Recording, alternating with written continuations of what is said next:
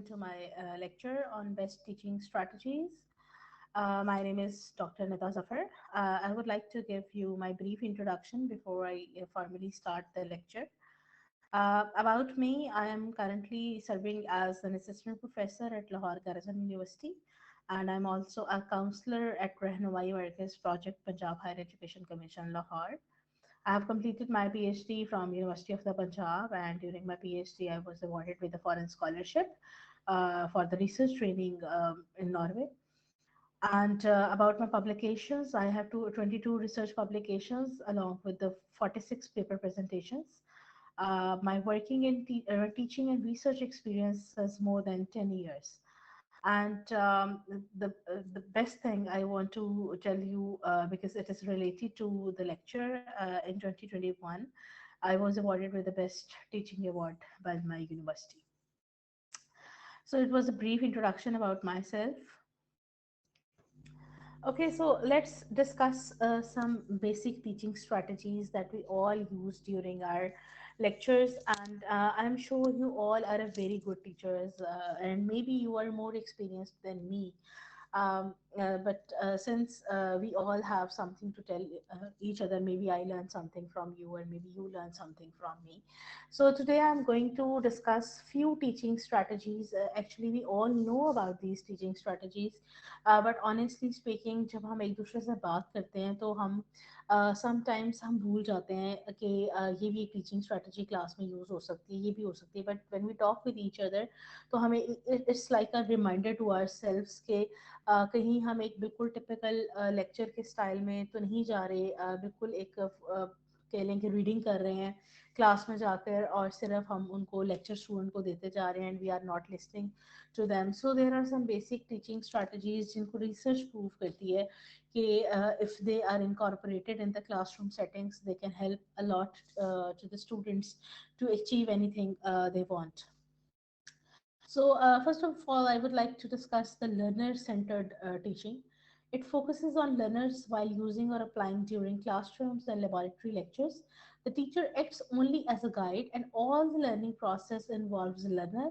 Learners specifically appear as a dominator in the classroom interactions. Basically, what we do in this learner centered technique, that we just go to the classroom and जो भी हमारा lecture या topic होता है, जैसे आप में से बहुत सारे लोग साइंस सब्जेक्ट्स के बैठे होंगे, कुछ सोशल साइंसेस के होंगे, आपने कोई प्रैक्टिकल करवाना है या कोई भी आपने टॉपिक पढ़ाना है, तो you just go into the classroom.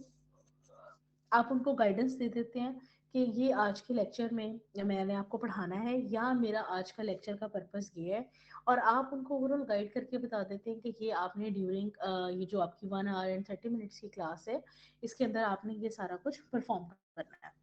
सो वो 1 आवर 30 मिनट्स की क्लास में टीचर एक दफ़ा बता के साइड पर बैठ जाता है और जो स्टूडेंट्स होते हैं वो डोमिनेंट हो जाते हैं.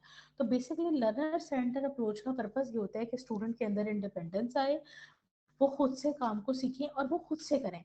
लेट्स सपोज आपने एक आज कोई आपने लेट्स सपोज किसी प्रैक्टिकल के बारे में आपने पढ़ाना है, तो आप आते हैं, आप क्लास में 10-15 मिनट्स में you just tell about the practical कि ये प्रैक्टिकल है और प्रैक्टिकल के बाद जो है इसकी ये तरीक़ेकार होगा, और जब आप स्टूडेंट्स को फिर कह देते हैं कि अब आप ये परफॉर्म करके देखें, तो स्टूडेंट्स खुद से उस प्रैक्टिकल को डिज़ाइन करते हैं, उसको परफॉर्म करते हैं, और टीचर सिर्फ एज एन ऑब्जर्वर वहाँ पे बैठता है और स्टूडेंट्स को आप डोमिनेंट रोल दे देते हैं.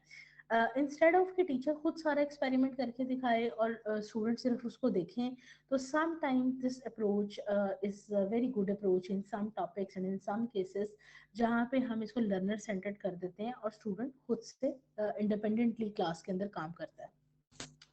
Then task-based or activity-based, the teacher or guide organizes activity or task and engages student to learn through this way. Hence, it is an activity-based or commission-based. Students are offered or asked to take part in classroom interaction through these interactive activities. अब अब the second type is task base है कि आप student को कोई भी task दे दें या कोई एक्टिविटी दे दें to learn something. Because sometime ऐसा होता है कि जब हम सिर्फ क्लास में खड़े हो जाते हैं और we just give the lecture through the teaching method, so उसमें प्रॉब्लम ये होती है कि आप जो स्टूडेंट्स हैं, कभी वो सुनते हैं, कभी वो सो रहे होते हैं, students are not ready to listen you. So the task base basically focuses on कि आप जब एक्टिविटी दे देते हो तो स्टूडेंट आपकी क्लास के अंदर एक्टिविटी के अंदर एंगेज हो जाता है. जस्ट वन सेकेंड, मैं थिंक इट्स इसके व्हाट्सएप खुला हुआ है. I just need to close that.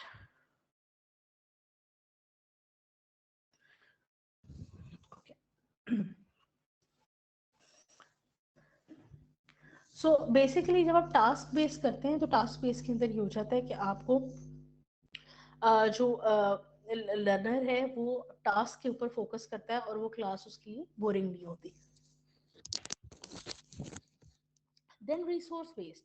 Teachers should be resourceful. They should collect and distribute all the required study material to the learners for their learning or to understand the topic clearly. The resources can be collected from the library or online environment or any other place where it is available. Also, a learner can be the source to bring study material or resources from their end.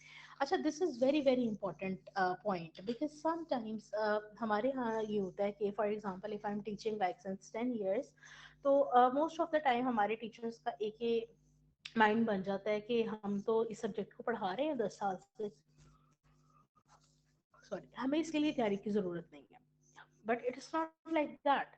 आप देखें with the passage of time, जैसे जैसे time गुजरता जाता है, हर subject के अंदर advancement आती जाती है. सो जहाँ पे हम ये रिसोर्सेज की बात करते हैं ना, तो बेसिकली इट मीन्स कि before going to the class you should have enough resources जो कि आप अपनी क्लास में जाके डिस्ट्रीब्यूट कर सकें. डिस्ट्रीब्यूट नॉट इन सेंस के मटेरियल फॉर्म में कि आप हार्ड कॉपीज लेके जाएं और उसको डिस्ट्रीब्यूट करें. यहाँ पे रिसोर्सफुल होने का मतलब ये है कि आपने जब भी किसी क्लास में जाना है उस लेक्चर को आप पहले खुद से बड़े अच्छे तरीके से प्रिपेयर करें, एंड देन उस लेक्चर को बेहतर बनाने के लिए और स्टूडेंट की उस लेक्चर की अंडरस्टैंडिंग बेहतर करने के लिए जितने रिसोर्सेज आप स्टूडेंट को कलेक्ट करके दे सकते हैं वो आप उनको दें. अच्छा, इसमें एक पॉइंट आ जाता है कि हमारे टीचर्स अक्सर ये कहते हैं कि अच्छा हम तो लाइब्रेरी में जाकर रिसोर्सेज इकट्ठे कर लेते हैं but students do not have the budget to copy, या फिर हमारे पास भी बजट नहीं है कि हम स्टूडेंट्स को जाके ये इस तरह के रिसोर्सेज इकट्ठे करके कॉपी करके दें. तो देखें, देखा जाए तो टेक्निकली जो हमारा इन्फ्लेशन का भी सारा टाइम चल रहा है और उसमें तो हम टेक्निकली हमारे लिए पता नहीं कभी ये पॉसिबल चीज़ें होंगी भी कि नहीं होंगी कि हम स्टूडेंट्स हमारे सारी प्रिंटिंग अफोर्ड कर सकें या हम सारी प्रिंटिंग अफोर्ड कर सकें. But least we can do is के you can go to the library. आप अपने स्टूडेंट के लिए रिसोर्सेज इकट्ठे करें. फॉर एग्जाम्पल आप फिजिक्स का एक सब्जेक्ट पढ़ा रहे हैं, आप केमिस्ट्री पढ़ा रहे हैं, आप एजुकेशन पढ़ा रहे हैं, आपने एक टॉपिक प्रिपेयर किया है. लेट्स सपोज इंटरव्यू कैसे लेते हैं, आपका एक टॉपिक है, आप उस टॉपिक को एक बुक पकड़ते हैं और आप पढ़ा देते हैं उसको. But as a teacher you should be resourceful. आप लाइब्रेरी जाएं, उस टॉपिक के ऊपर जितनी 8-10 बुक से आपको मटेरियल मिलता है वो मटेरियल इकट्ठा करें. उसके बाद उस मटेरियल को जब आप इकट्ठा कर लें तो उसको आप स्टूडेंट्स को प्रोवाइड करें. आप अपने पास एक लिस्ट बना लें स्टूडेंट को मोबाइल पे, आजकल तो व्हाट्सएप हर बच्चे के पास है कॉलेजेस में भी. Just give them and ask them to read. और ये जरूरी नहीं है कि यहाँ पे मैंने लिखा ना लाइब्रेरी और ऑनलाइन एनवायरनमेंट. अब आजकल तो मैं ऑनेस्टली आपको बताऊं तो लाइब्रेरी बीइंग, मैं अगर अपनी बात करूं कि आई एम फ्रेश पीएचडी और बहुत आपको पता है पीएचडी लेवल पे जब आप काम कर रहे होते हैं तो आपको बहुत ज़रूरत होती है मटेरियल की. लेकिन अभी वो दौर आ गया है कि अब हमें शायद लाइब्रेरी से ज़्यादा ना हमें ऑनलाइन मटेरियल मिल जाता है हर चीज़ पे. तो हमारे तो हर बच्चे के पास आजकल इंटरनेट है. तो इनकरेज देम, उनको वो अगर बच्चे कहते हैं ना कि हमारी लाइब्रेरी में बुक्स कम है, हमारी लाइब्रेरी में बैठने की जगह नहीं है, encourage them to find the online material. Online आपको सारी बुक्स मिल जाती हैं, ऑनलाइन आपको सारा ऑथेंटिकेटेड मटेरियल मिल जाता है, बहुत कुछ मिल जाता है. सो रिसोर्सेज जो है ना आपके टीचर के को बहुत रिसोर्स बेस्ड होना चाहिए. उसको सिर्फ एक टॉपिक या एक बुक के ऊपर अपने आप को स्टिक नहीं करना चाहिए, रादर उसको चाहिए कि वो सारी जो इंफॉर्मेशन है मैक्सिमम वो गैदर करे और इस इंफॉर्मेशन को स्टूडेंट तक भी पहुंचाए और उसके अपने पास भी हो. ऑन दी अदर हैंड आप स्टूडेंट को भी कह सकते हैं कि आप bring study material and resources. ये some time it is a good idea कि आप खुद रिसोर्सेज लेके जाएं, but some time it is also a good idea कि आप अपने स्टूडेंट को कह दें कि कल जब आपकी क्लास होगी या नेक्स्ट क्लास होगी you have to bring this topic from 2 to 3 books. Different 2 से 3 बुक्स में इसके बारे में क्या लिखा हुआ है. तो उससे होगा ये कि जब एक स्टूडेंट एक टॉपिक के ऊपर 2 से 3 बुक्स या फिर इंटरनेट पे बड़ा कुछ सर्चिंग करेगा, उसकी ऑटोमेटिकली लर्निंग हो जाएगी। और बीइंग अ टीचर आपको भी पता चल जाएगा कि अगर कोई बहुत ज्यादा मटेरियल लेकर आ रहा है, आपको भी पता चल जाएगा कि एक तो ये मेरा स्टूडेंट कैसा है, सेकेंडली सम टाइम हो सकता है कि स्टूडेंट इतना अच्छा मटेरियल ला रहा हो कि वो एक टीचर की जो नॉलेज है उसके अंदर भी एडिशन हो रही हो। सो रिसोर्सफुल होना is a very important thing.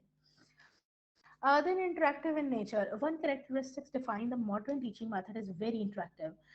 The teacher asks the student to form small group or work as an individual to perform the learning task and come up with the desired results. It helps them to gather knowledge from one another. Students learn to work together and a sense of cooperation. It also works in their favor when they step out into the outer world. Now this is again a very important thing, interaction. Because class में जब हम पढ़ा रहे होते हैं तो mostly हमारा focus होता है हम क्लास में जाते हैं, लेक्चर देते हैं और बाहर आ जाते हैं, but are we interacting with students? हम उनसे इंटरेक्शन करते हैं और हमारा सिर्फ इंटरेक्शन स्टूडेंट्स के साथ जरूरी नहीं होता, हम तो फिर भी इंटरेक्शन कर लेते हैं कि पढ़ाते हुए पूछ लिया, आपको ये बात समझ आई, आपकी समझ आई, या एट दी एंड हमने क्वेश्चन आंसर सेशन रख लिया, जैसे इवन हम इस लेक्चर में करते हैं, एट दी एंड इंटरेक्शन रख लेते हैं। But interaction between the students is also very very important, जो कि हम कहीं ना कहीं हम जो टीचर्स हैं उसको मिस कर जाते हैं। We really don't find the importance of this interaction, but you know this is a very very important thing कि आप अपने साथ तो interaction क्लास में रखें, but interaction within the class is very very important. Because why it is important, because देखिए जब आपकी 40 50 60 की क्लास है एंड हर स्टूडेंट अपना इंडिविजुअली काम कर रहा है, तो उसे तो टीम वर्क करना ही नहीं आएगा अनलेस कि वो कोई स्मॉल ग्रुप्स के अंदर काम परफॉर्म ना करे। और फिर सेकेंडली जब वो ग्रुप्स में काम परफॉर्म करता है तो उससे होता ये है कि वो उसकी नरिश करता है। और बहुत सारी ऐसी चीजें ग्रुप में, अगर 4 मेंबर्स हैं तो मे बी एक मेंबर की एक चीज अच्छी हो, दूसरे की दूसरी अच्छी हो, तीसरे की तीसरी अच्छी हो।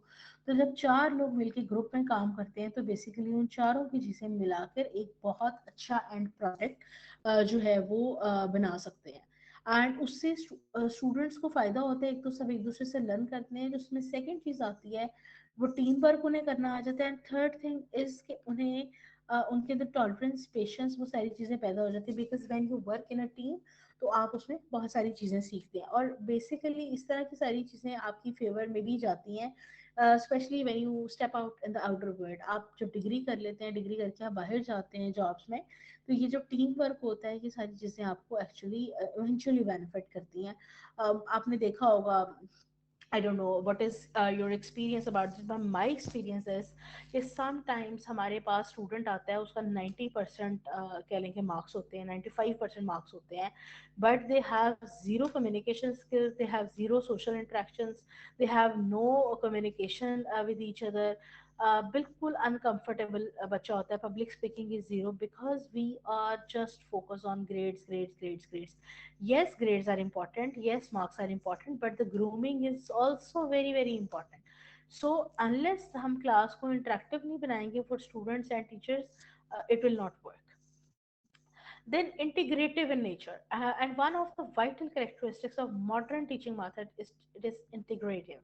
Teacher link topics of one subject, for example social science topics like drug use, domestic violence,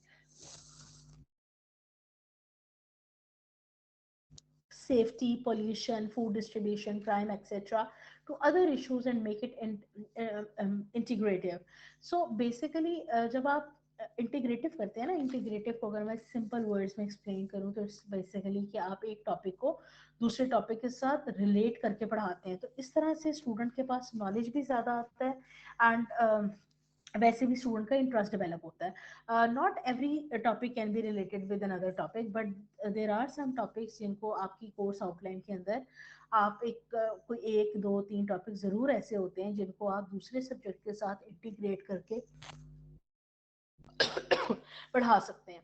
तो अभी आप, अगर मैं आपसे ये बात करूं कि जैसे जो मेरा सब्जेक्ट साइकोलॉजी है, तो इसमें डोमेस्टिक वायलेंस है, लेट सपोज, तो डोमेस्टिक वायलेंस की अगर मैं बात करूं तो डोमेस्टिक वायलेंस के अंदर ड्रग्स का भी रोल आ जाता है, डोमेस्टिक वायलेंस होता है तो फाइनेंशियल रीजंस भी आपकी आ जाती हैं, फिर क्राइम की तरफ भी चले जाते हैं। तो बहुत सारे इसमें जो डोमेस्टिक वायलेंस है उसके अंदर और भी सब्जेक्ट्स को आप कवर कर सकते हो, एजुकेशन को भी, सोशियोलॉजी को भी, रिलेटेड सब्जेक्ट। इसी तरह से आई एम श्योर बायोकेमिस्ट्री वाले भी कुछ ना कुछ इंटीग्रेशन चीज़ों को रिलेट कर सकते होंगे। तो कोशिश करें कि मैक्सिमम जो इंटीग्रेशन आप कर सकें वो ज़रूर करें, ताकि आपके जो लोग हैं फील्ड के उनको दूसरी फील्ड्स का भी पता चले। Then peer collaboration. Peer collaboration is again a very, very important strategy. Modern teaching methods not only encourage students by allowing them to present their ideas or initiative, by noticing their responses, studying their research, and allowing them to answer during interaction in best classes, but also select students based on interests, needs, and feeling. Through instruction activities, students learn to work cooperatively. अच्छा, now this peer collaboration, what does it mean? Peer collaboration का मतलब ये होता है कि sometimes being a teacher हम classroom में groups बनाते हैं, because we have 40 to 50 students class, and we need to make their groups to give them any kind of activity, और हमने कुछ भी उनसे perform करवाना है तो हम उनको groups की form में करते हैं, because during 1 year or one semester sometimes it become really very difficult to to individually cater all the students.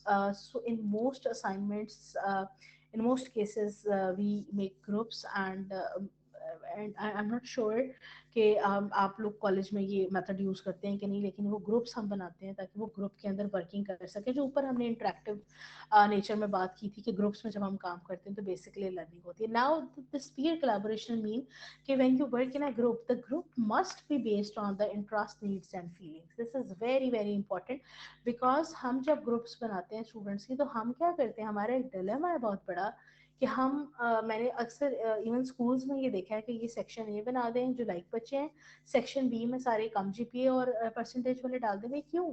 हम are we going to liberalize the students? Being a psychologist, I have a big reservation on this. For example, एक student ने नहीं अच्छे marks लिए matric में, but you are putting him in a college in a B section because उसके marks अच्छे नहीं आए थे, तो आपने कहा कि अब A सेक्शन वालों के मार्क्स अच्छे, उनको हम डिफरेंशिएट कर देते हैं। तो what you have done actually, आपने तो पहले दिन से उस बच्चे को लेबल कर दिया, तो वो पढ़ना भी चाहेगा तो वो अपने आप को नलायक की कैटेगरी में रख के नहीं पढ़ेगा। सो हम कभी भी अपनी मर्जी से कि ग्रुपिंग और ये चीज़ें नहीं कर सकते। क्लास के अंदर भी अगर हमने ग्रुप बनाने हैं तो group must be based on the interest. For example in university, जब मैं अपनी क्लास में कोई असाइनमेंट देती हूँ, I make groups in the classroom, तो I never ask my student कि आपके 5 लोग मिलकर ग्रुप बना लें, आपके 5 लोग ग्रुप बना लें। आई ऑलवेज सेट देम कि you have to do this work in the group, and there will be 4 members in each group or 5 members, and now it's your task to make your groups according to your interest, because you as a teacher as no one to make the groups of with someone else whom one is not comfortable. So group जब आप बनाते हैं, आई am sure आप लोग practical वगैरह कराते होंगे तो उसमें ग्रुप बनाते होंगे, या समटाइम कुछ और असाइनमेंट्स भी ग्रुप की फॉर्म में होती हैं। तो ऑलवेज ट्राई कि आप जो मार्जिन है ये ग्रुप बनाने वाला ये स्टूडेंट को दे दें। आप इस मार्जिन में ना पढ़ें, आप ये स्टूडेंट को दे दें, जिस तरह से वो अपने इंटरेस्ट के मुताबिक ग्रुप्स बनाना चाहता है बना लें। So these were the 6 very basic teaching strategies we generally use in the classrooms. अब नाउ मैं I would like to focus on one thing कि अब आप सोच रहे होंगे कि ये जो 6 स्ट्रेटजीज हैं ये तो कि जी लर्नर सेंटर भी हो, टास्क बेस्ड भी दें, हम टास्क भी दें, हम खुद भी पढ़ कर जाएं, रिसोर्स बेस्ड हो, फिर हम इंटरेक्शन भी बनाएं, ग्रुप्स बनाएं, वो भी उनकी मर्जी के बनाएं, फिर इंटीग्रेटिव भी करें। So how it's going to be possible in a very brief semester time and a very short duration of the class. I'm not saying that you must incorporate all these 6 teaching strategies. It is not possible. Even me, as a university teacher, I can't incorporate all these 6 strategies in my one class. What I give you as a suggestion, what I will give you a suggestion that you must divide your outline in these around these 6 teaching strategies. Basically जब हम पढ़ाना शुरू करते हैं ना outline, तो हम सोचते नहीं कि हमने किस तरह से पढ़ाना है, हम पढ़ाते जाते हैं लेक्चर मेथड के थ्रू पढ़ाते जाते हैं, और कहीं पर आके आप दरमियान में 1 2 3 4 टेस्ट ले लेते हैं। आप फॉर एग्जाम्पल की जो लर्नर सेंटर्ड की मैं बात कर रही हूँ, पहली जो स्ट्रेटेजी है कि आप स्टूडेंट्स को इन्वॉल्व करें, वो खुद से क्लासरूम में डोमिनेट हो जाए। बट क्या ये हर टॉपिक में पॉसिबल है? इट इज़ नॉट पॉसिबल कि हर टॉपिक में आप लर्नर सेंटर्ड नहीं कर सकते। अगर कोई बहुत टेक्निकल टॉपिक है और जब तक वो आप स्टूडेंट को पूरा पढ़ाएंगे नहीं, वो उस पर काम नहीं कर सकता, तो you can not make it learner centred. तो what I do in my classes and with my own course outlines, यही मैं आपको भी बताऊंगी कि मैं अपनी कोर्स आउटलाइन को सेमेस्टर स्टार्ट होने से पहले पकड़ती हूँ, और उस कोर्स आउटलाइन को, आपके पास भी आई एम श्योर इसी तरह से कोर्स आउटलाइंस होंगी, उस कोर्स आउटलाइन को आप डिवाइड कर लें। ये 6 से आगे भी कुछ स्ट्रेटजीज मैं आपको डिस्कस करूंगी। आप डिसाइड कर लें कि ये जो 6 बेसिक टीचिंग स्ट्रेटजीज हैं, किस स्ट्रेटजी को मैंने किस टॉपिक के साथ रिलेट करना है। हो सकता है कि किसी एक टॉपिक में आपको 2 स्ट्रेटजीज चाहिए। रिसोर्स बेस्ड तो मोस्टली वैसे सब में ही होना चाहिए, बट इन सम केसेस आपका पास टॉपिक कोई ऐसा होता है जिस पर ऑलरेडी आपके पास बहुत मटेरियल होता है and you and your students don't need to bring any other material. But आप देखें कि किसी एक कोर्स आउट का जो कोर्स का कंटेंट है उस पर मैंने एक स्ट्रैटेजी यूज करनी है, 2 करनी है, 3 करनी है, या सिर्फ एक ही काफी है। तो एज अ टीचर इस आउटलाइन पे आप थोड़ा टाइम लगाएं, कुछ घंटे लगाएं, उस आउटलाइन को पढ़ें और फिर प्लान करें कि किस किस आउटलाइन के पार्ट पे मैं टास्क दे सकता हूँ, कहाँ पे मैं लर्निंग पेज दे सकता हूँ, कहाँ मैं बहुत ज़्यादा रिसोर्सेज ला सकता हूँ, कहाँ पे मैं इसको इंटरेक्शन करवा सकता हूँ कि मैं टास्क दे दूँ। वो टीचर के लिए भी क्लास इंटरेस्टेड हो जाती है। Not you don't always want to give the lecture for hours. I am not sure कि कॉलेज में आपका क्या सिस्टम होता है क्रेडिट आवर्स का। आई थिंक आप डेली एक लेक्चर देते हैं 1 घंटे का एक सब्जेक्ट का, if I am not wrong. लेकिन यूनिवर्सिटी में हमारा ऐसा होता है कि जैसे 3 क्रेडिट आवर का कोर्स है तो 1.5 आवर्स की 2 क्लासेस होती हैं, या 3 आवर्स की इकट्ठी क्लास होती है। तो आप थक जाते हैं कि आप रोज एक ही जैसी क्लास पढ़ा पढ़ा के। तो ये टीचर के लिए भी बड़ा एक हेल्दी एक्टिविटी हो जाती है कि आप आए क्लास में, आपने पूरी क्लास को एक्टिविटी दी एंड दे आर इन्वॉल्व। फिर इसी तरह से कुछ सब्जेक्ट्स में इंटीग्रेशन रिक्वायर्ड होती है, कुछ में नहीं पॉसिबल होती है। देन अगेन पीयर कोलैबोरेशन, कि कहीं पर आप इंटरेस्ट और नीड्स की बेसिस के ऊपर आप ग्रुप्स बना दें। सो ये जितनी 6 स्ट्रेटजीज हैं, ये सारी आपने यूज नहीं करनी है एक ही लेक्चर में। आपने देखना है कि किस लेक्चर में से इनमें से कौन सी स्ट्रेटजी जो है वो मोस्ट यूजफुल है और सूटेबल है। और जब आप इनमें से कोई भी एक स्ट्रेटजी बहुत ज्यादा भी यूज करेंगे तो sometime it become problems. For example this is interactive in nature.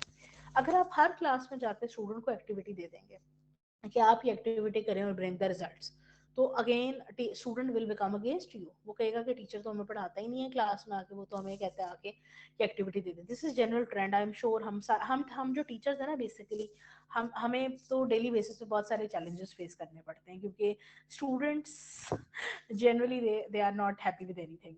So whatever you try, they must have to say something कि जी ये रह गया, वो रह गया। अगर हर टाइम भी आप इंटरेक्शन वाला रखेंगे तो student sometime they will say कि जी क्लास बड़ी हेक्टिक होती है और सारा कुछ हमें ही करना पड़ता है।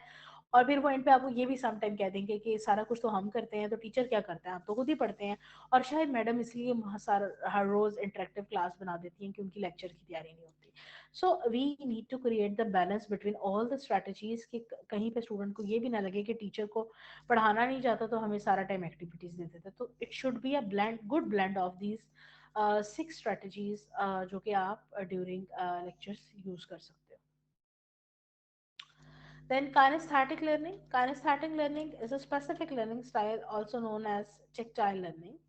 Kinesthetic learning absorbs information best when it's presented through hands-on demonstration, active learning, and manipulatives. I personally feel that class discussions are always advantageous, and at least for those who are engaged, they almost always lead to thinking about things in a different way. अब kinesthetic learning is basically deals with, वो ये कहती है कि आपकी information जो है ना आपको जल्दी एब्जॉर्ब हो जाती है जब हम हैंड्स ऑन डेमोन्स्ट्रेशन या एक्टिव लर्निंग के थ्रू कुछ भी स्टूडेंट को सिखाते हैं। अब हैंड्स ऑन डेमोन्स्ट्रेशन में क्या है बेसिकली कि हम प्रैक्टिकल करके स्टूडेंट को दिखाएं किसी भी चीज़ का, instant of just giving the lecture. अब फॉर एग्जांपल इसमें आप लोग प्रैक्टिकल्स करवाते होंगे साइंस सब्जेक्ट्स में, फिजिक्स, केमिस्ट्री, बायो में, तो आप उसमें थ्योरी पढ़ाते हुए साथ आप स्टूडेंट्स को ये भी बताते होंगे कि किस तरह से आपने जो है परफॉर्म करना है, ये एक्सपेरिमेंट परफॉर्म कैसे करना है, और फिर आप परफॉर्म करके दिखाते होंगे। इसी तरह जैसे साइकोलॉजी के अंदर हम जब ब्रेन का स्ट्रक्चर पढ़ा रहे होते हैं, तो हम ब्रेन की जो एक डमी होती है सामने रख के ब्रेन के सारे पार्ट्स बता रहे होते हैं कि ये ब्रेन का ये पार्ट है, ये पार्ट है, ये पार्ट है। तो उससे होता है ये कि आप जब थ्योरेटिकली किसी को बताते हो तो उसको शायद इतने अच्छे तरीके से समझ नहीं आती, लेकिन पिक्चर देखकर लोग ज़्यादा अच्छे तरीके से अंडरस्टैंड कर देते हैं। तो काइनेस्थेटिक लर्निंग का जो बेसिक कॉन्सेप्ट है that is hands on demonstrations and active learning. Active learning again it's practical type of thing, कि आप जो भी काम पढ़ा रहे हैं वो आप उसको उनको एक्सपीरियंस करवाएं. Here I give you the one example. When I was in Norway for my research fellowship during my PhD, what I have observed this, और I wish कि हमारी कंट्री में भी कभी हम इस तरह से ट्रेनिंग्स कराएं. I was walking towards my university and I saw that there are some kids, they were 4 5 age range, and they were on the road, और उनको सड़क उनकी टीचर पार करवा रही थी. तो आई वाज जस्ट क्यूरियस कि ये इतने सारे बच्चों को क्लास लेके टीचर कहाँ जा रही है. तो आई आस्क्ड देम कि ये दो टीचर्स जो हैं साथ, उनसे मैंने पूछा कि ये कहाँ पे जा रहे हैं. तो उन्होंने कहा कि हमने इन बच्चों को ना बताया है कि कौन सा साइन ऑन होगा तो गाड़ी चलेगी, कौन सा साइन बंद होगा तो आपने रुकना है. तो now we are out of from the school to give them the practical demonstration. So see, जब आप थ्योरेटिकली क्लास में, हम भी अपने बच्चों को बताते रहते हैं सारा बचपन कि रेड लाइट जलेगी तो गाड़ी हमने ट्रैफिक रुक जाएगी, येलो लगेगी तो you should be ready, and green चलेगी तो हमने चल पड़ना है. बट हम क्या अपने स्टूडेंट्स को कभी बाहर ले जाके ये इस तरह की डेमोन्स्ट्रेशन कराते हैं? अगर हमने ये डेमोन्स्ट्रेशन कराई हो तो स्टूडेंट को कभी भी क्रैमिंग की जरूरत नहीं पड़ती. और हमारी तो शिकायत ही होती है कि स्टूडेंट बहुत क्रैमिंग करता है. वो क्यों ना क्रैमिंग करेगा, उस बेचारे ने कोई प्रैक्टिकल एक्सपोजर ही नहीं लिया. ये तो एक ट्रैफिक लाइट्स की एग्जांपल है ना, जो कि हम फिर भी एक्सपीरियंस करते हैं. तो this is how they teach, and I was really really impressed कि जब हम स्कूल लेवल पे बच्चे को इस लेवल की टीचिंग प्रोवाइड कर रहे हैं और हम उसको इस तरह का एक्सपोजर दे रहे हैं, तो इट मीन्स कि ये तो वो बच्चा सारी जिंदगी भूलेंगे नहीं कि कौन सी लाइट किस लिए, क्योंकि उसने तो हैंड्स ऑन एक्सपीरियंस लिया है, वो बाहर जाके एक्सपीरियंस. फिर बच्चों को सड़क पार करवाना सिखाया जा रहा है. पहले पढ़ाया जा रहा है कि सड़क के क्या रूल्स है, उसके बाद सड़क पार करवाना सिखाया जा रहा है. तो हमारे तो अभी भी मोस्टली लोगों को नहीं पता कि जेब्रा क्रॉसिंग किस लिए होती है, जो है सड़क के किस साइड पे चलना चाहिए. दैट्स व्हाई, बिकॉज हमने तो सब कुछ बुक्स में पढ़ा है, और बुक्स पढ़ के जिसने बहुत अच्छा पढ़ लिया उसको भी शायद याद नहीं है, और शायद किसी को याद होगा, बट प्रैक्टिकली चूंकि हमने कभी कुछ किया ही नहीं है, जाके अपने स्कूल लेवल पे, कॉलेज लेवल पे, यूनिवर्सिटी लेवल पे भी इवन, तो यहाँ पे हम बहुत लैक करते हैं. ओवरऑल हर सब्जेक्ट के अंदर हैंड्स ऑन डेमोन्स्ट्रेशन बहुत कम है. और मैं यहाँ पे एक पॉइंट ऐड भी करूँगी स्पेसिफिकली.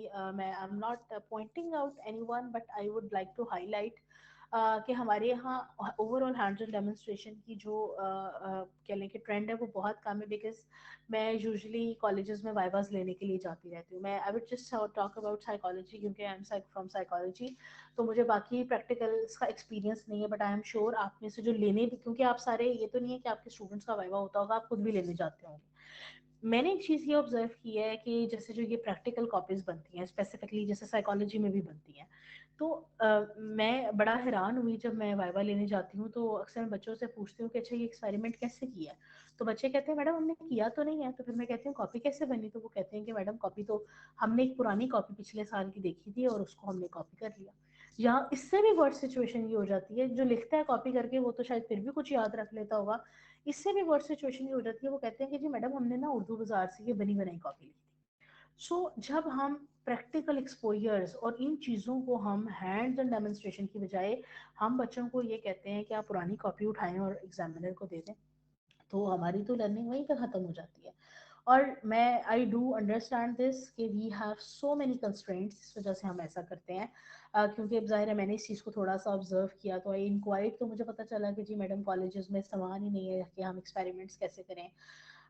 मैं टोटली एग्री करती हूँ इस चीज़ से कि due to lack of resources mostly इस तरह की चीज़ें हो रही हैं. बट उसके साथ मेरा एक ये भी क्वेश्चन है और ये भी कंसर्न है कि जो हम लीस्ट कर सकते हैं हम तो वो भी नहीं करते. मैं आपको अभी साइकोलॉजी की जो कि एग्जांपल दे रही थी, तो उसमें से एग्जांपल दूंगी. अगर यहाँ पे साइकोलॉजी के कोई लोग बैठे हैं तो मे भी वो रिलेट कर सकें. हम साइकोलॉजी में एक एक्सपेरिमेंट करते हैं टीएटी का, जिसमें हम तस्वीरें देख के बच्चों ने कहानियां लिखनी होती हैं और उन कहानियों की हम इंटरप्रिटेशन करते हैं. अब हमारे यहाँ ट्रेंड ऐसा है कि हम उन कहानियों को भी पिछले साल की कॉपी से कॉपी करते हैं, बट हम बाकी तो हमारे पास मटेरियल नहीं है, लेकिन कहानी तो है ना हमारे पास तस्वीर पड़ी, और हम एक बच्चे को ये तो कह सकते हैं ना कि बेटा इसके ऊपर कहानी लिखो, लेकिन हम नहीं कहते। अब वो कहानी लिखना और उसको इंटरप्रेट करना तो कोई बड़ी बात नहीं है, वो तो हम कर सकते हैं, लेकिन वो नहीं हम करते, क्योंकि ये एक ट्रेंड चला है कि हमने पुरानी कॉपीज पकड़नी है और हमने उसी को कॉपी करना है, कोई खुद से हैंड्स ऑन डेमोन्स्ट्रेशन नहीं करनी, और हमने वाइवा दे देना है। Similarly I had another experience in another college, I was taking psychology viva, और मेरे साथ वाली बिल्कुल लैब के अंदर परहैप्स को पता नहीं केमिस्ट्री का वाइवा हो रहा था शायद, and the examiner was saying the same thing because we had lunch together. तो ही वॉज लाइक कि मैंने बच्चों से जब इंक्वायर किया तो दिस सेड कि we never did any chemistry experiment, so how did they make the copies, ये जी उन्होंने पुरानी कॉपीज ली थी और वही कॉपीज कॉपी कर दी। तो ये हमारा, हम कैसे ऊपर जाएंगे अगर हमने स्टूडेंट्स को हैंड्स ऑन एक्सपीरियंस ही नहीं देना तो। So with all the restrictions you have in the college, I would still suggest and I would still request everybody, including myself, हम भी बहुत पीछे हैं बहुत सारी चीज़ों में, कि हम स्टूडेंट्स को मैक्सिमम हैंड्स ऑन डेमोन्स्ट्रेशंस करके दिखाएं, जितना एक्सपीरियंस हम उनको दे सकते हैं वो हम करके ज़रूर दिखाएं। सो उसके ऊपर फिर क्लास डिस्कशंस करें, एक्टिव लर्निंग में क्लास डिस्कशंस आ जाती हैं, डिस्कशन ज़रूर करें, डिस्कशन से हमें कोई नहीं रोकता। कहीं किसी कॉलेज में कुछ कुछ नहीं है भी है ना, तो कम से कम हम बोल तो सकते ही हैं, डिस्कशंस करने से हमें कोई नहीं रोकता। So these are very very important, you we all should incorporate all.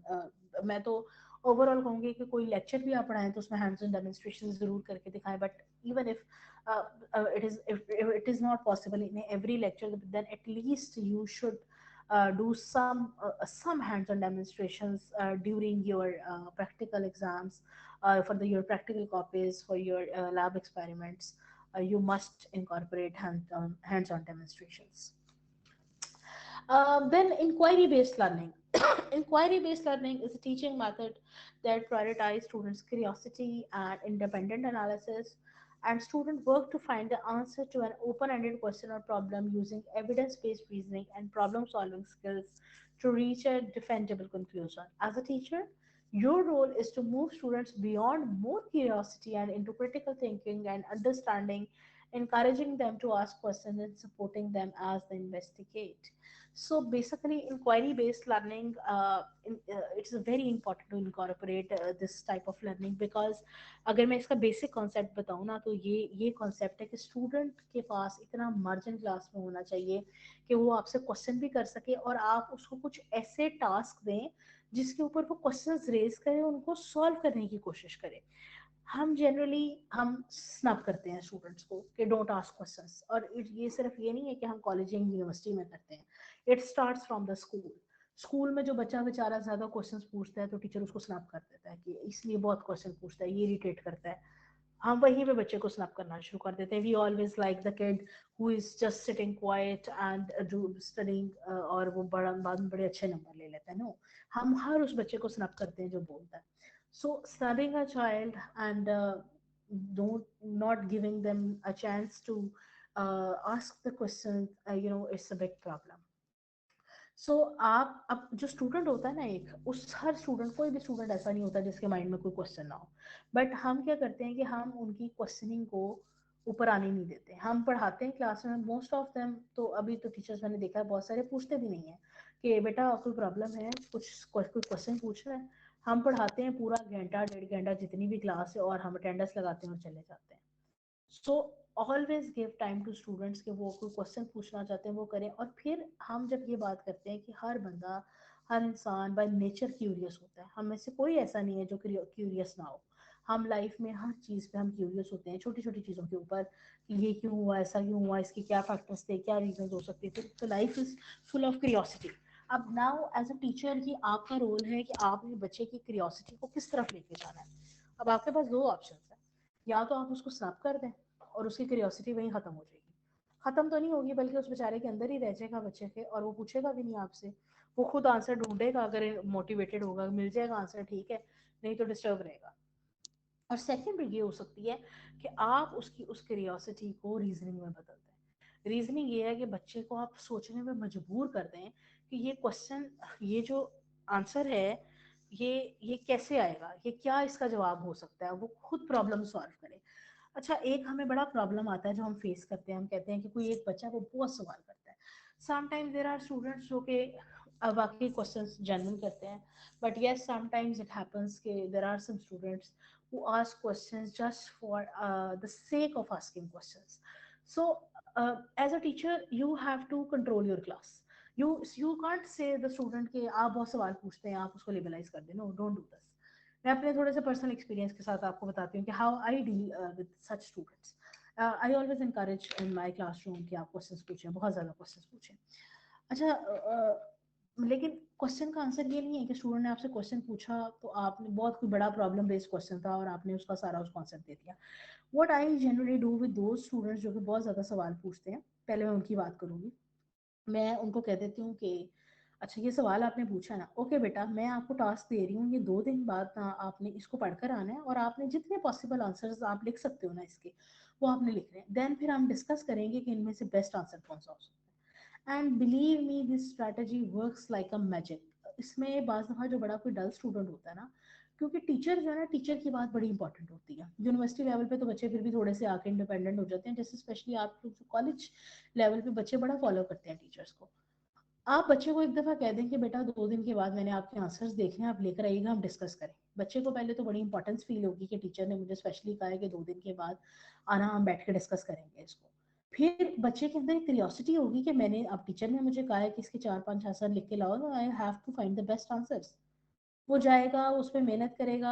अब उसमें दो चीजें, अगर तो उसने बाकी जेन्युइन क्वेश्चन पूछा होगा ना, तो वो जाके पढ़ेगा, मेहनत करेगा, आपके पास आंसर्स लेकर आएगा, आप उसको गुड शाबाश भी करेंगे कि तुमने बड़ी मेहनत की है, तुम इतने आंसर्स लेकर आए हो, देन आप उसको गाइड भी करेंगे which is the best answer. Student का मसला भी हल हो गया, आपने उसको इनकरेज कर दिया in front of the class, बाकी क्लास भी बड़ी मोटिवेटेड होगी, उन्होंने कहा हम भी पढ़ कर आएंगे, इसको शाबाश मिली, हमें भी मिलेगी। फिर दूसरी सूरत में जो स्टूडेंट आपको सिर्फ तंग करने के लिए सवाल पूछ रहा था, तो वह भी जब 2 दिन मेहनत करेगा ना, तो वो तीसरे दिन कहेगा कि यार टीचर की तो ये स्ट्रेटेजी है, तो अब मैंने बिला वजह के क्वेश्चन नहीं पूछने, सही वाले पूछने हैं। उसमें फिर वो मुझे कह भी देंगे तो कोई बात नहीं, मैं मेहनत करूंगा। फिर देयर आर सम स्टूडेंट जो कि जनरल क्वेश्चंस क्लास में छोटे छोटे पूछते हैं, always encourage them and give them answer. But this strategy really works. आप स्टूडेंट को कहें कि ये चीज नहीं समझ आई, ओके बेटा ब्रिंग दैट। और मैं तो सम टाइम ये भी करती हूँ कि अगर कोई फॉर एग्जांपल जैसे आप स्टैट्स पढ़ा रहे हैं, स्टैटिस्टिक्स में आपने बड़ा लंबा एक क्वेश्चन समझाया, एक स्टूडेंट खड़ा होकर कहता है बार बार कि मुझे बिल्कुल समझ नहीं आ रहा, call them on the board, board पे आ जाए बेटा, सारे स्टेप्स लिखें, बताएं कहाँ कहाँ समझ नहीं आया। तो समटाइम्स ये होता है कि उससे बच्चों की ब्रेनस्टॉर्मिंग होती है, वो याद करते हैं चीजें, वो बोर्ड पे आके लिखते हैं, उनको दोबारा कभी भी नहीं भूलता। सो इंक्वायरी बेस्ड जो लर्निंग है उसको क्लास में प्रमोट करें, और एज अ टीचर कोशिश करें कि जो बच्चे की क्यूरियोसिटी है उसको आप क्रिटिकल थिंकिंग में बदल दें, उसको अंडरस्टैंडिंग में बदल दें, और बच्चे को आप इंकरेज करें कि वो क्वेश्चंस पूछे as much as they want. Then project-based learning. Project-based learning is a student-centered teaching method to encourage learning through real-world questions or challenges. Project-based learning helps students develop critical thinking and interdisciplinary skills with real-world experience they will use for the rest of their life. The question should be open-ended, encourage students to apply relevant skills or knowledge, allow students to take their own approaches to answer, and planning an event, researching the phenomena, designing a model using geometry skills. अब ये जो project based learning है ना, it is basically आप जो भी कोई degree करवा रहे होते हैं, जब जैसे भी मैंने आपसे बात की थी कि when you are teaching science subjects या जैसे साइकोलॉजी है, एजुकेशन है, आई एम श्योर हर उसके अंदर ना छोटे छोटे प्रोजेक्ट्स होते हैं। जैसे आपकी प्रैक्टिकल कॉपीज होती है ना, that is basically a project जिसमें हम ये कहते हैं कि रियल वर्ल्ड के अंदर जाके बच्चे उनको फिल करते हैं। जो मैंने अभी आपसे बात की कि ये हमारा डिलेमा है कि हम वो शो रियल वर्ल्ड में करवाते नहीं है। तो project based learning is also very important. कोशिश करें कि जो भी आपकी डिग्री है उसमें जो प्रोजेक्ट है ना, जी, उनको अस्सलाम बड़ा। वालेकुम। वालेकुम सलाम। जी मैम, ये पार्टिसिपेंट के ना कमेंट्स आ रहे हैं कि मैम को 10 मिनट की नमाज की ब्रेक दे दें और अजानें भी हो रही हैं। ठीक है, मैं सिर्फ ये स्लाइड खत्म कर लूँ। जी जी, आप अपना टॉपिक कंप्लीट कर लें फिर। ठीक है, okay sure. So basically project जो है ना, प्रोजेक्ट्स को इनकरेज करें कि प्रोजेक्ट्स आप स्टूडेंट्स को उसके ऊपर फोकस करें कि जो भी सब्जेक्ट है उसका जो प्रोजेक्ट है वो उनको कर लेने दें, ताकि उसकी जो उनकी लर्निंग है वो hands on experience, practical demonstrations वो ले। तो ओवरऑल जितने टॉपिक्स के अंदर आप प्रोजेक्ट्स इंक्लूड कर सकते हैं, वे कोशिश करें कि छोटे छोटे projects, not a big project, छोटा छोटा सा प्रोजेक्ट, आपने एजुकेशन का सब्जेक्ट पढ़ा है, छोटा सा प्रोजेक्ट दे दें आज की, ये आपने करके आना है। कोई आपने कम्युनिटी वर्क पढ़ाया है, छोटा सा कम्युनिटी का टास्क दे दें। तो वो जब आप प्रोजेक्ट्स देंगे तो उससे students will actually learn. Okay, so now we can have prayer break for 10 minutes. Is it's 4:20, so perhaps everybody can come back at 4:30. Thank you very much.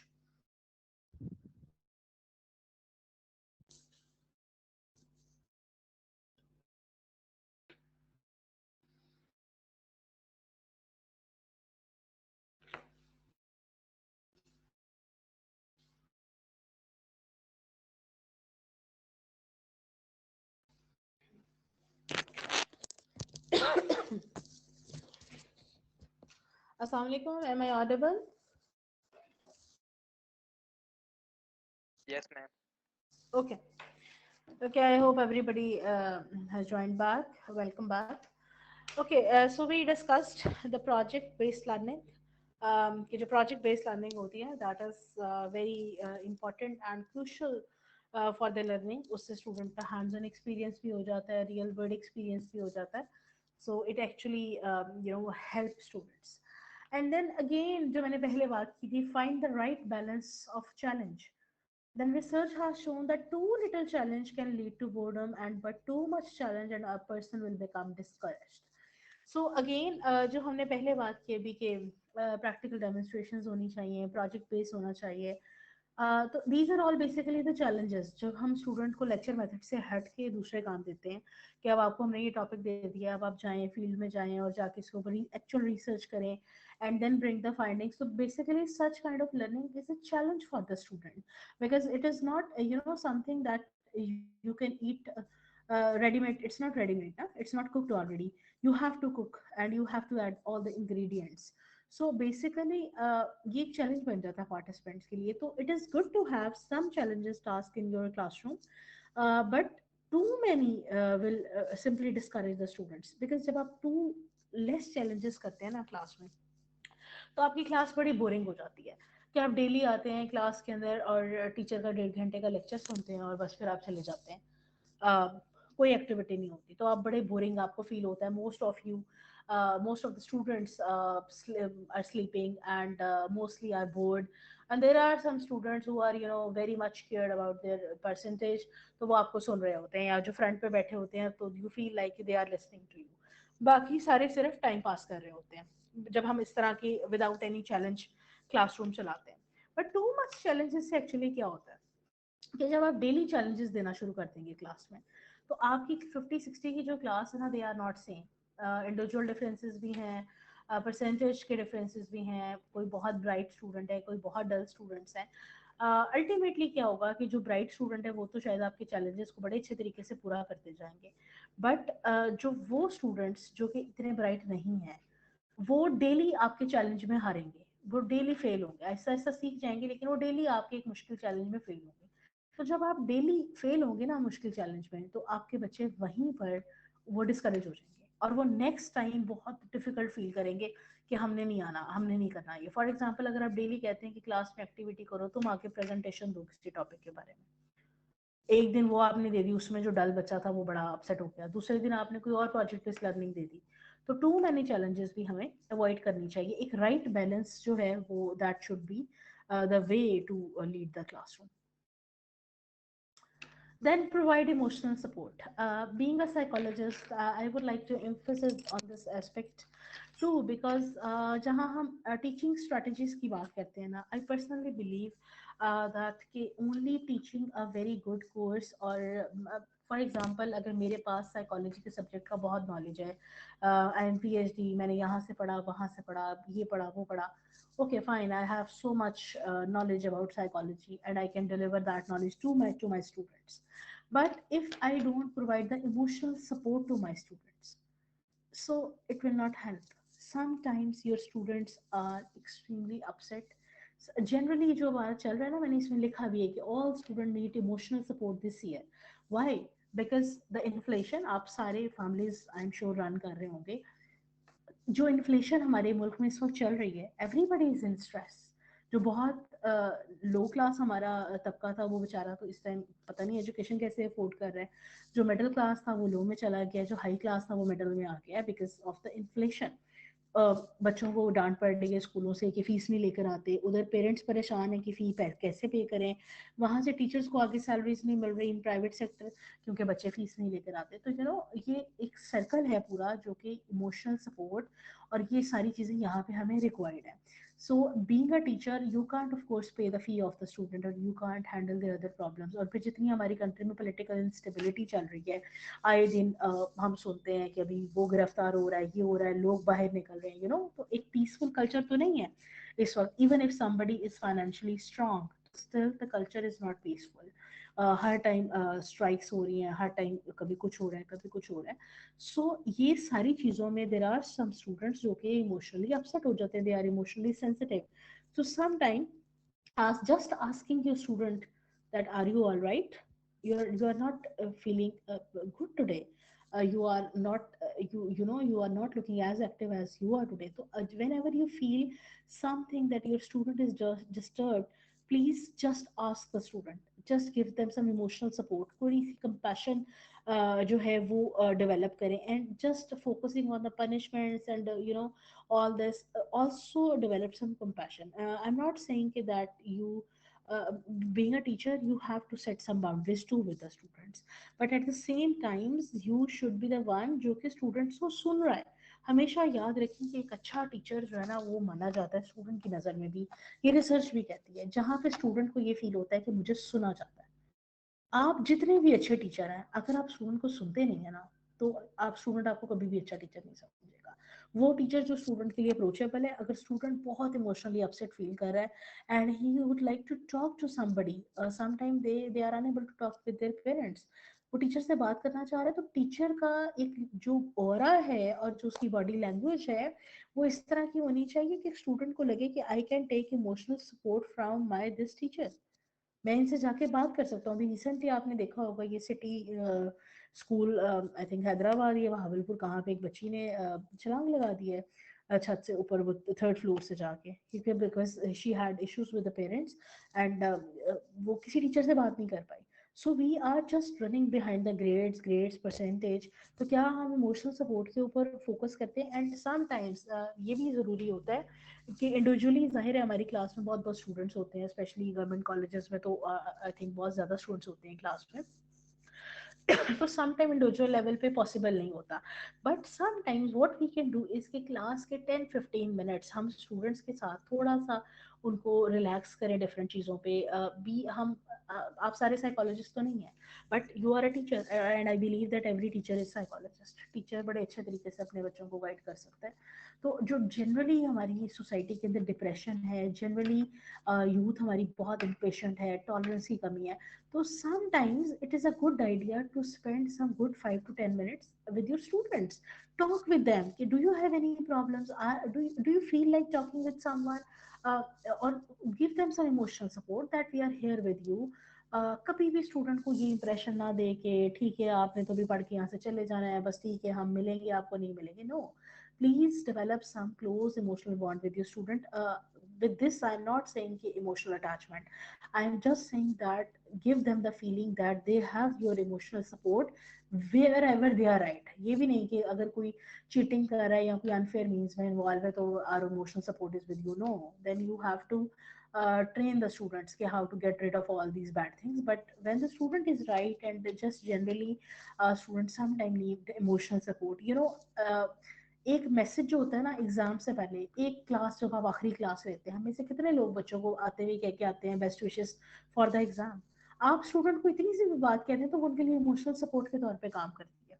So it is very important कि जहाँ पर आप बड़ा अच्छा पढ़ा रहे हैं वहाँ पर आप कभी कभार थोड़े थोड़े इमोशनल इस तरह के सेंटेंसेस स्टूडेंट्स के साथ बोलें। कभी कभार आप उनको ये भी कह दें कि you all are a very good students and we know that you can do it, you have potential, that's why you are here, you are privileged students, that's why you are here।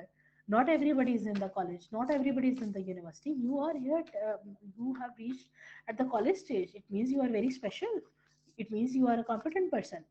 सो आपके ये छोटे छोटे sentences जो है बहुत बड़ी emotional support होती है आपके स्टूडेंट के लिए। और टीचर की जो बात होती है ना, मैं इसके साथ ये भी कहूँगी कि टीचर को अपना भी इमेज एक खैर ऐसा बनाना चाहिए कि उसकी कहीं भी बात की बहुत इंपॉर्टेंस हो।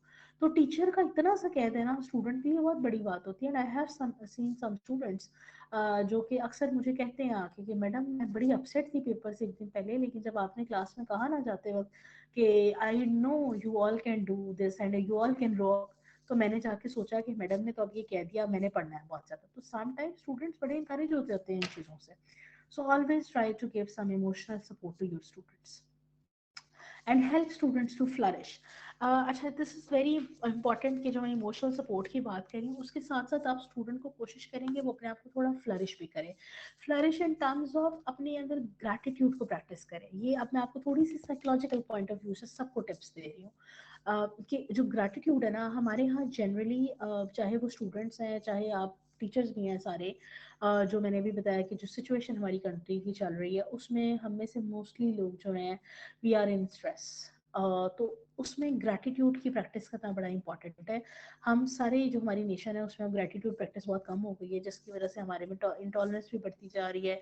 हम मोस्टली स्ट्रेस में रहते हैं। तो gratitude practice is very very important. अपने स्टूडेंट्स को इंकरेज करें कि ग्रैटिट्यूड को प्रैक्टिस करें। इसका एक बहुत सिंपल तरीका है क्लास में, not in every class but maybe fortnightly और once in a month, ask a student कि okay, write down what good thing that you are grateful about।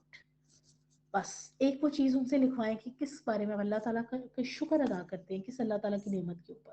तो सम टाइम जब इंसान बहुत ज्यादा नाशुक्रा हुआ होता है और इंसान बड़े डिस्पेयर में होता है, बड़ी मायूसी में होता है और उसको लगता है कि दुनिया में कुछ भी अच्छा नहीं हो रहा, तो वो जब अपनी एक नेमत को लिखता है ना जो अल्लाह ताला ने उसको दी है, तो वो वहां पर ही अल्लाह ताला का शुक्र अदा करते हैं। सम टाइम ही और शी फील ब्लेस्ड। ये हम सबका प्रॉब्लम है, ये सिर्फ स्टूडेंट्स का प्रॉब्लम नहीं है। Me being sitting in a university, working in a good position with a PhD qualification, सब कुछ समटाइम आप फील कर रहे होते हो, तो आप अपनी दो तीन चीजें भी लिखने बैठ जाओ कि oh I have this and there are so many other people who do not have all these things. तो आपको वहीं पे ग्रेटिट्यूड की फीलिंग आना शुरू हो जाती है और वहीं पर आप अल्लाह ताला का शुक्र अदा करते हैं क्योंकि we are far better than others. So ये प्रैक्टिस ग्रेटिट्यूड आपने स्टूडेंट्स में भी करवाना है। खुद तो आई एम श्योर आप सब करते ही होंगे, लेकिन स्टूडेंट्स में भी आपने ये चीज़ इनकलकेट करनी है। बिकॉज स्टूडेंट्स का जब तक ब्रेन पीसफुल नहीं होगा, माइंड पीसफुल नहीं होगा, वो कभी भी अच्छी तरीके से पढ़ नहीं सकेंगे। फिर स्टूडेंट को ये भी सिखाएंगे वो दूसरों को सपोर्ट करें अपनी डेली लाइफ के अंदर। और सपोर्ट सिर्फ not in terms of finance, money. Support ये भी होती है कि एक सेकंड ईयर का स्टूडेंट फर्स्ट ईयर के स्टूडेंट को वो सब्जेक्ट सिखा दे जिसमें वो वीक है। सपोर्ट ये भी होती है कि कोई क्लास फेलो को कुछ समझ नहीं आ रही, तो एक क्लास फेलो अच्छा है दूसरे को नहीं समझ आ रही, वो डल है। सपोर्ट ये भी होती है कि वो उसके साथ ग्रुप बनाए और उसको पढ़ाना शुरू कर दे।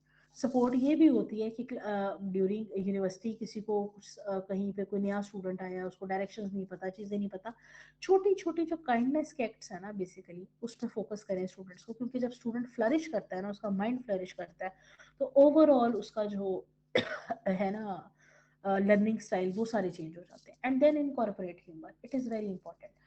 मैं ऑनेस्टली बताऊं तो I am a very strict teacher. Strict in a term कि I do not compromise on my rules and regulation in my classroom, but I myself use humor sometime in my class because हम student को हर time ये impression नहीं दे सकते कि मैं class में हूँ तो अब तुम सारे भाग जाओ, तुम सारे डर जाओ। सो इट इज़ इम्पॉर्टेंट कि आप कभी कभार क्लास में पढ़ाते हुए कोई टॉपिक ऐसा पढ़ा रहे हैं या some time on a lighter note कभी कोई ह्यूमर भी थोड़ा सा यूज कर लें। मजाक में कोई वो मजाक होना चाहिए जो कि एक बाउंड्रीज के अंदर, not achieve kind of joke. You are not suppose to crack the jokes but sometimes humour is important too. कि कभी कभार आप क्लास में हंसते मुस्कुराते स्टूडेंट्स के साथ एक अच्छा उनको तरीके से जोक या कभी समटाइम कोई वैसे लाइटर नोट पे बात करते हैं।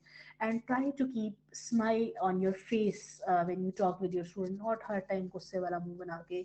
और कि ठीक है हम सबकी फैमिलीज में बड़े प्रॉब्लम है, अपने बड़े बड़े जाती मसले चल रहे होते हैं, लेकिन क्लास के अंदर जब आप जाएं तो कोशिश करें कि आप एक हैप्पी फेस के साथ जाएं तो आपके स्टूडेंट्स आपको देख के फ्लरिश करते हैं। सो ये कुछ चीज़ें जो आपने क्लास में प्रैक्टिस करवानी है, ग्रैटिट्यूड प्रैक्टिस करवाएं, उनको छोटे छोटे एक्ट्स करने सिखाएं और उनको कहें कि आपस में एक दूसरे के साथ अच्छे रवैये रखें, ह्यूमर यूज़ करें and make learning a fun. So this is my last slide, and I'm leaving this uh, ending this lecture with this question. from everyone that I believe that a teacher should be role model. So we all need to ask this question from ourselves, that are we role model for our students, and our students want to be like us? And I am sure we all are good in our subjects. आप में से कोई भी आप माशाल्लाह सब college के जो टीचर्स हैं, आपने बहुत अच्छा पढ़ा हुआ है, तो that's why you PPSC has selected you and you are working in a colleges. But क्या एज अ टीचर हम अपना रोल प्ले कर रहे हैं? क्या हमारे स्टूडेंट हमारे जैसा बनना चाहते हैं? This is the question we all should ask from ourselves. अगर मुझे लगता है कि मैं अपने स्टूडेंट के लिए रोल मॉडल नहीं हूँ, मेरा स्टूडेंट मेरे जैसा नहीं बनना चाहता, इट मीन्स कि I need to work on my self. हाँ, लेकिन अगर मुझे लगता है कि मेरा स्टूडेंट चाहता है कि वो मेरे जैसा बने, मेरा स्टूडेंट मुझे कॉपी करता है, मेरा स्टूडेंट ये चाहता है कि मैं भी ऐसा बनूं, तो इसका मतलब है somehow I am successful.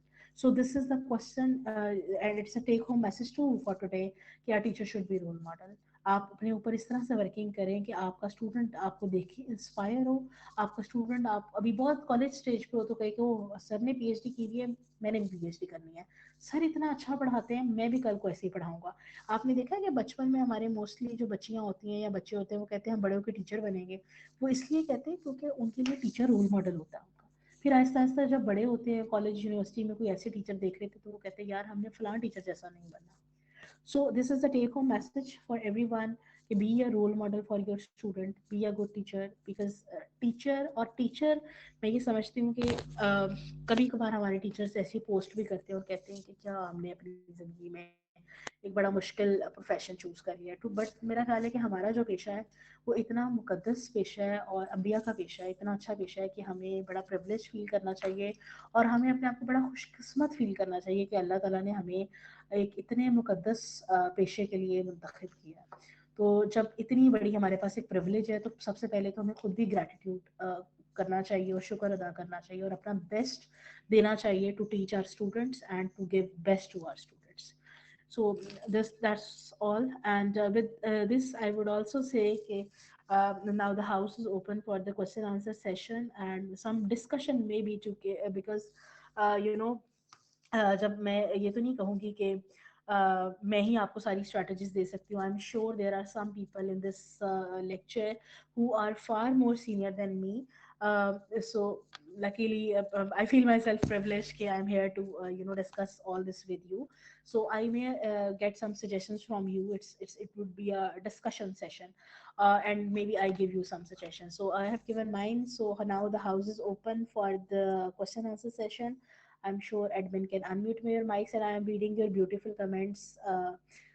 Everybody is writing the lecture is very good, excellent. Thank you very much, everyone, for writing these beautiful comments. Uh, Now the house is open. You can also write in the comment box if you want to write anything, because I am not sure आप सबके mics unmute हैं कि नहीं है. And since I have to start, अस्सलाम वालेकुम. वालेकुम अस्सलाम. कि मैम जो पार्टिसिपेंट है एड्रेस मैं उसका माइक ऑन कर दूँ, ठीक है? श्योर श्योर, काफी लोगों ने हैंड रेज किए हैं, आप कर दें बिकॉज आई हैव टू तब स्टार्ट. क्या करनी है? जी जी जी जी, अगला अस्सलाम सेशन वालेकुम भी क्योंकि मैंने रहमतुल्लाह. स्टार्ट. जी वालेकुम अस्सलाम. बात कर रहा हूँ गौपत्तो की से.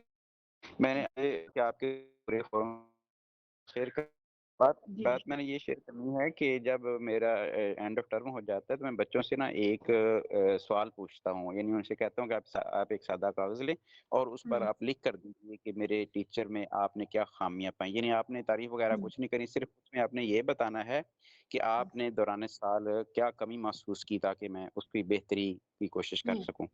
तो उसका मुझे बहुत अच्छा रिजल्ट मिलता है और उसकी रोशनी में मैं फिर अपनी इस्लाह करता हूँ.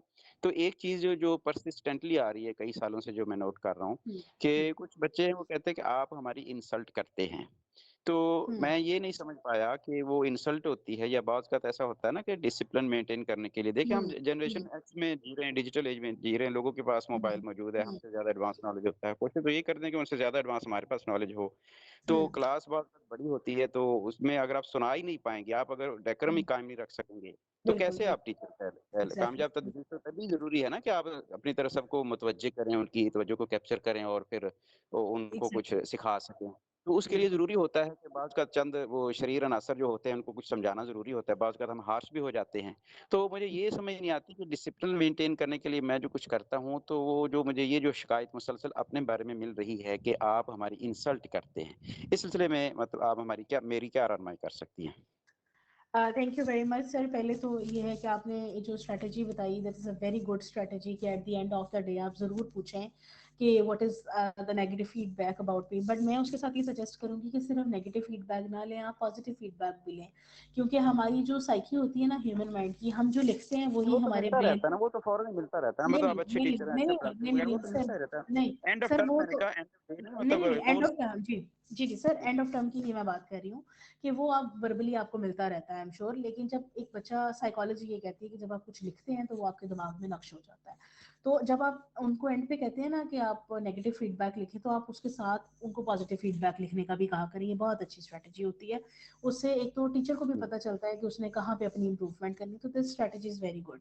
सेकेंड, जो आपने बात की डिसिप्लिन की सर, ये सिर्फ कॉलेजेस में प्रॉब्लम नहीं है, ये ओवरऑल हमारी जनरेशन का प्रॉब्लम है कि हमें डिसिप्लिन की कमी आती जा रही है। और जिस तरह हम टीचर्स को हमें लेना चाहिए, हम उस तरह से नहीं लेते।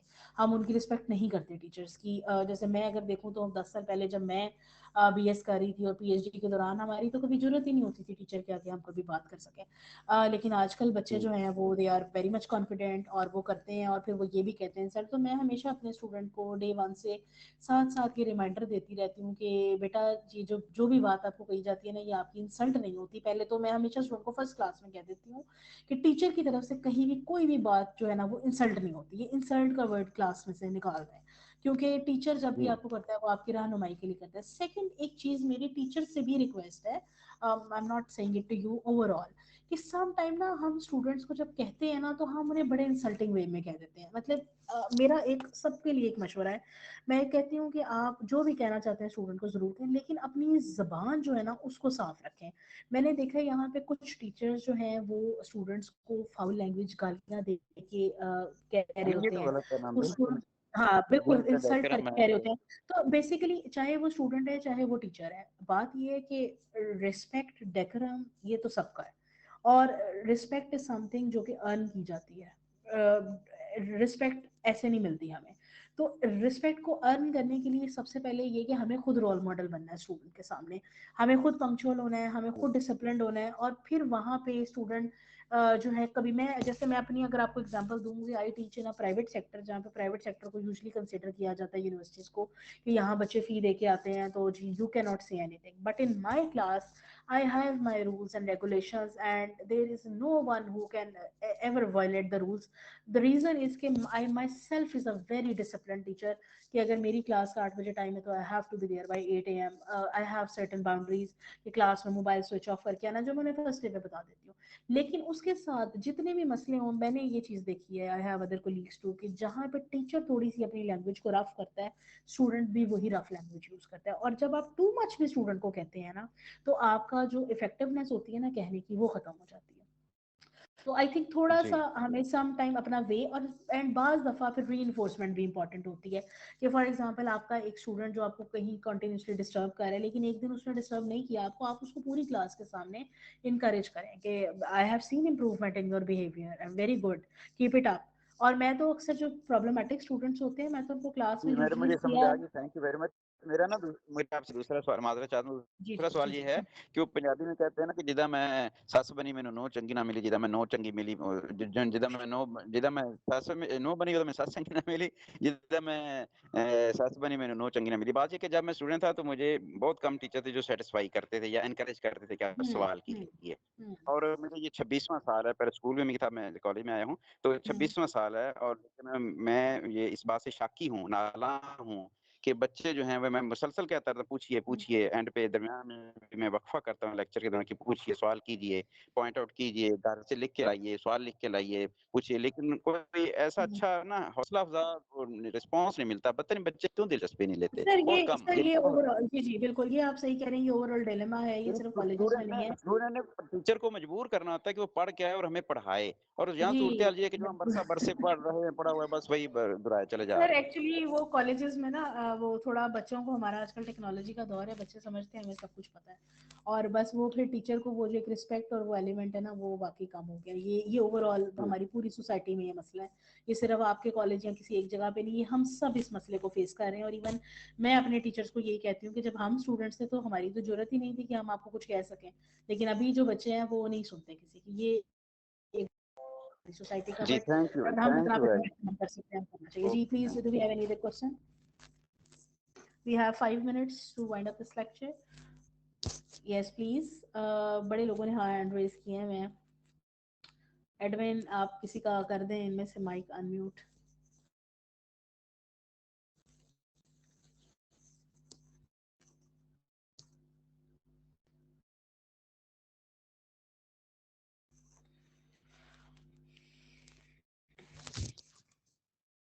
मैंने यहाँ पे अपना ईमेल एड्रेस भी टाइप कर दिया है। अगर आप मेरे लेक्चर के बारे में कोई फीडबैक भेजना चाहें तो प्लीज़ ज़रूर भेजिएगा, because it is important. Assalamu alaikum, Dr. Fawzia Naz. Really good to see you here. Thank you so much for the wonderful comment. माशाल्लाह, बहुत अच्छा, बहुत इंफॉर्मेटिव और बहुत ही हमारे लिए गाइडिंग लाइन थी आज के लेक्चर में। Thank you very much madam. Thank you so much. Thank you, Dr. Fawzia. Dr. Fawzia is like a mentor to me. Thank you so much for joining.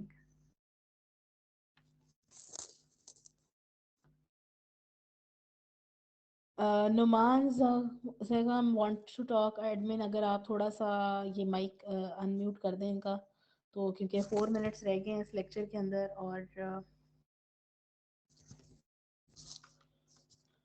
Ji ma'am, participant के mic unmute है, जिनके hand raise हैं।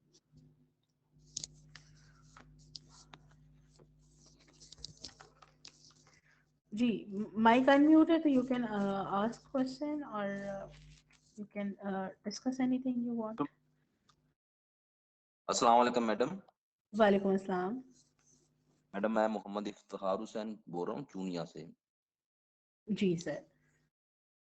Madam, मैं ये पूछना चाहता हूँ कि हम में से हर एक को यही लगता है कि जो मौजूदा नस्ल है, मौजूदा जनरेशन है, ये हमारी तरह नहीं है। हम अपने स्टूडेंट लाइफ में बहुत ताबेदार थे, बहुत लायक थे, बहुत पढ़ाकू थे, बहुत खूबियों के मालिक।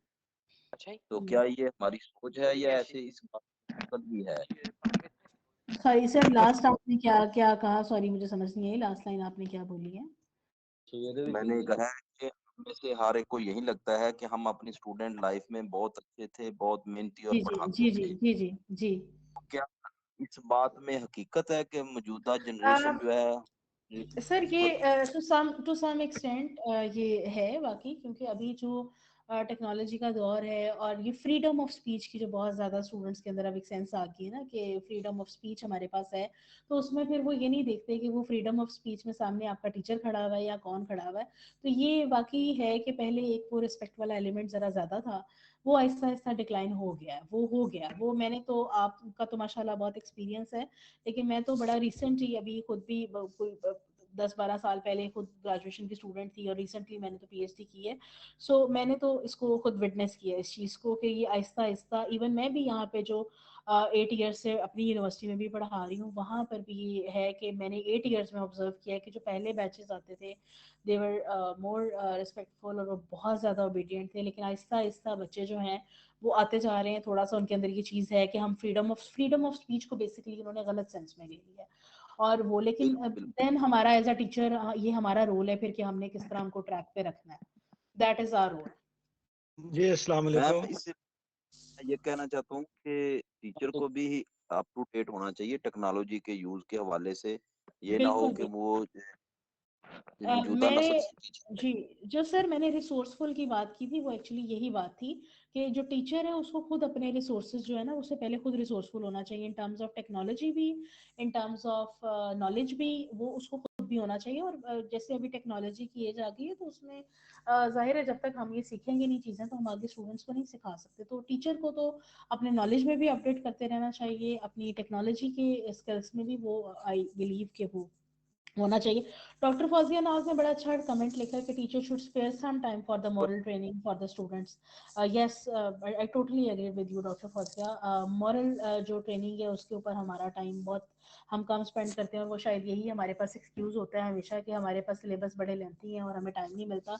बट आई एम श्योर कि अगर टीचर जो है क्लास में थोड़ा थोड़ा टाइम इस तरह के मैसेजेस देता रहे और मॉरल ट्रेनिंग और मॉरल वैल्यूज के ऊपर, तो स्टूडेंट्स के अंदर कहीं ना कहीं हम इनकलकेट कर सकते हैं मॉरल वैल्यूज। जी अस्सलाम वालेकुम मिस।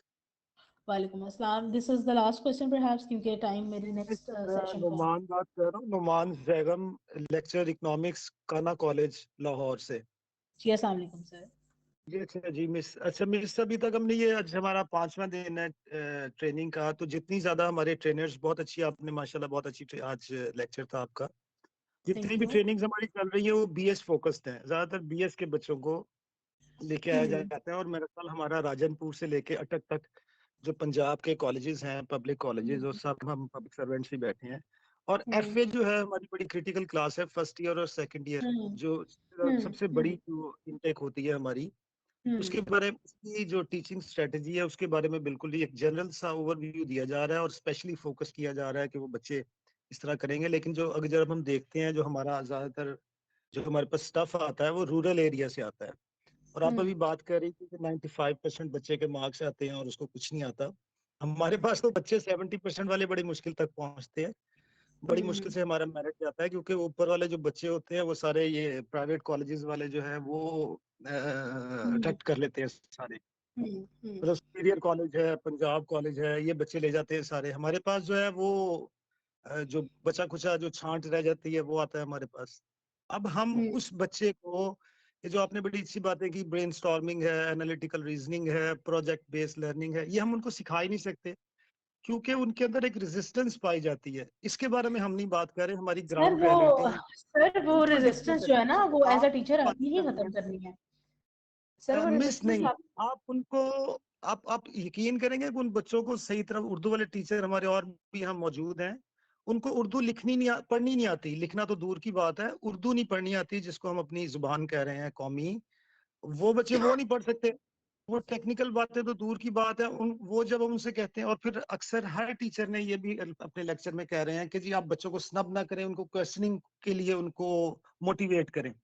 हम तो बच्चों से सर टकरा टकरा के मर जाते हैं कि बच्चों क्वेश्चन करो, कोई उनको कुछ समझ आएगी तो वो क्वेश्चन करेंगे ना। मतलब उसका मेरा ख्याल में उसमें प्रॉब्लम ये है कि असल इशू हमारा है मैट्रिक का, जो हम एग्जाम लेते हैं ना, बच्चे 900 नंबर, 1000 नंबर तो लेके आ जाता है, लेकिन उसके अंदर वो जो उस एज में एनालिटिकल रीजनिंग की स्किल डेवलप करनी होती है, उसके अंदर जो क्यूरियोसिटी डालनी होती है, इनकलकेट करनी होती है, वो हमारा सिस्टम दे ही नहीं रहा। हमारे पास तो वो एक प्रोडक्ट आती है जिसको हमने वो least sir I got your question, I got your product. Question, I got your question and बिल्कुल मैं इससे एग्री करती हूँ। एक्चुअली स्कूल लेवल से ही हम स्टूडेंट्स के अंदर इनकलकेट ही नहीं करते, और ये रीजनिंग और एनालिटिकल स्किल्स वहीं पर कमी होती है। लेकिन द प्रॉब्लम इसके वो वही बात है कि अगर हम पूरा तो सिस्टम ठीक नहीं कर सकते, but what we can do is कि we can incorporate something in our class. At least जो हम कर सकते हैं अपने लेवल पे वो हम जरूर करें। अगर हम सिर्फ ये सोचेंगे कि ये बच्चे स्कूल लेवल से ही इनके अंदर एनालिटिकल रीजनिंग नहीं है और स्किल्स नहीं है और इन्हें अभी लिखना नहीं आता, तो ये फिर अभी भी वहीं रह जाएंगे। तो ये ऐसा तो नहीं हो सकता कि 100% आप उस बच्चे को 160 डिग्री पे चेंज कर दें, बट मिनिमम जो हम अपनी एफर्ट कर सकते हैं by using all the strategies I just discussed, वो हम जरूर करें। हम अपनी कोशिश करते रहें। बाकी जो है वो चीजें इंशाल्लाह there will be a time जब चीजें बहुत बेहतर होंगी। आपके बात बिल्कुल ठीक है, बिल्कुल सही। हम अपनी एफर्ट हमें करनी चाहिए। मैं कह रहा हूँ कि हम एफए के ऊपर बिल्कुल भी फोकस नहीं कर रहे। हम यहाँ पे जितने टीचर्स मोस्टली बैठे हुए हैं, मेरा ख्याल पार्टिसिपेंट्स, उसमें ज्यादातर लोग जो है, अगर हम डाटा के बेस पे बात करें, तो वो इंटर फर्स्ट ईयर और सेकंड ईयर को पढ़ा रहे हैं, लेकिन हमारी ट्रेनिंग सारी बीएस बेस्ड है। नहीं नहीं, ये जो first year teaching second year को स्ट्रेटजीज है, प्रॉब्लम्स ये कैटर करने को कोई नहीं है। टीचिंग स्ट्रेटजीज जो है ये कॉमन है सारे लेवल्स के लिए। नहीं मिस, दीज वो आर नॉट। स्टफ कॉमन नहीं है ना। मिस, स्टफ कॉमन नहीं है। जो इंटर फर्स्ट ईयर का बच्चा आता है वो बिल्कुल डिफरेंट होता है जो बीएस का फर्स्ट ईयर का बच्चा होता है उससे। वो सर ये जो डिफरेंट। कॉमन देखें, जो कॉमन स्ट्रेटजीज है ना, वो तो आप हर लेवल के ऊपर यूज कर सकते हैं। वो आई नो के वो डिफरेंट होते हैं, बट कॉमन स्ट्रेटजीज आप हर किसी पे यूज कर सकते हैं विद डिफरेंट लेवल्स। तो उसमें वो आप फर्दर अपनी सजेशंस में ज़रूर लिख सकते हैं कि फॉर उनके लिए कोई स्पेशल ट्रेनिंग्स हो जाए। और वो जब नया बच्चा आता है, ज़ाहिर है उसके और भी बड़े इश्यूज होते हैं, इट्स नॉट ओनली एकेडमिक्स, उसका एडजस्टमेंट स्कूल से निकलता है कॉलेज तक आने में। तो आई एम श्योर कि उसको हम किसी और लेक्चर के अंदर ज़रूर डिस्कस कर सकते हैं, स्पेसिफिकली कॉलेज स्टूडेंट्स को। बट द जो टीचिंग स्ट्रेटजीज हैं that is common for every level. University में आके थोड़ी सी और चेंज हो जाती हैं, तो वो मोर और लेस सेम ही होती है। Okay, thank you very much everyone because I have to start my next lecture. Admin, ये यही वाला